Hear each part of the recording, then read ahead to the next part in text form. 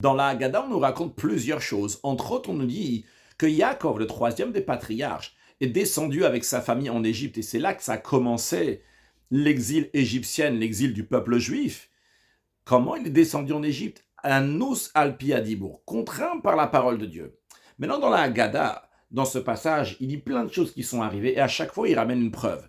Mais en ce qui concerne le fait que Yaakov est descendu en Égypte, contraint par la parole de Dieu, il n'y a aucune preuve. Comment ça se fait? Deuxième question, le rabbi demande. Qu'est-ce qu'on en a à faire de nous raconter ce qui s'est passé s'il est descendu en Égypte et c'était contraint par la parole ou pas? Qu'est-ce que ça nous change aujourd'hui? Le rabbi nous dit un message exceptionnel. Des fois, quand on regarde ce monde, on se dit, mais comment c'est possible que la délivrance, la lumière va arriver? Le monde devient de plus en plus obscur tous les jours.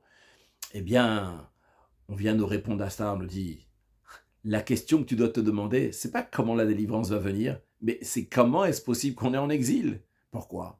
Parce que la seule manière que le peuple juif est en exil, c'est parce qu'il est contraint par la parole de Dieu. La parole de Dieu fait un miracle, quelque chose d'incroyable. Pourquoi c'est incroyable? Parce que le juif, c'est une parcelle de Dieu.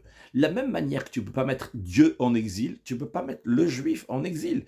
Tu ne peux pas mettre de l'infini dans du fini. Déjà, quand il y a deux choses qui sont finies, et l'un est plus grand que l'autre, l'un ne peut pas rentrer dans l'autre. Tu ne peux pas faire rentrer un éléphant qui est quelque chose de fini, pourtant dans le chat d'une aiguille, malgré que lui aussi il est fini, juste parce que le chat de l'aiguille est plus petit que l'éléphant. À plus forte raison, lorsqu'il ne s'agit pas de deux choses finies, mais il s'agit de l'infini dans le fini. Un juif en exil, même si on arriverait à le mettre, l'exil devrait exploser. L'exil, ça représente les limites, la barrière. Seulement quoi?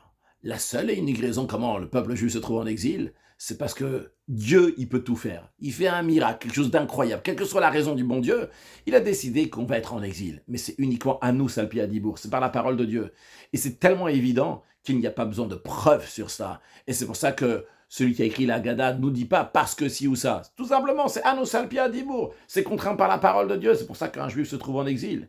Et le message qu'il y a de cela, c'est savoir que la place du juif, évidemment, n'est pas en exil. Sa place est la délivrance en Eretz Israël, avec Dieu, avec le dévoilement de Dieu.